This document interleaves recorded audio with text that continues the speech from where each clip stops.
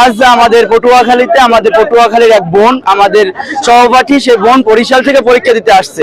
সে পরীক্ষা দিতে আসাকালীন অবস্থায় বাস হেল্পার তাকে অনেক অকথ্য ভাষায় গালাগালি করছে, হাফ ভাড়া নিতে বলার পরে হাফ ভাড়া সে নেয় নাই।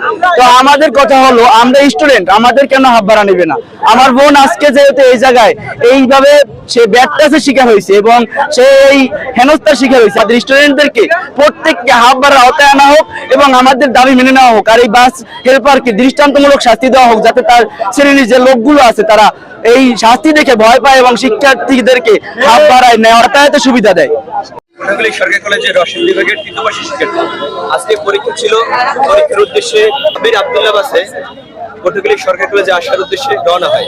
তো বাসে যেহেতু শিক্ষার্থীদের জন্য হাফ ভাড়া দিয়েছিল, কিন্তু বাস হেল্পার সম্পূর্ণ ভাড়া দাবি করে এবং সম্পূর্ণ ভাড়া না দেওয়ায় বাস হেল্পার তাকে অকথ্য ভাষায় গালিগালাজ করে এবং বিভিন্নভাবে তাকে হেনস্থার শিকার করে।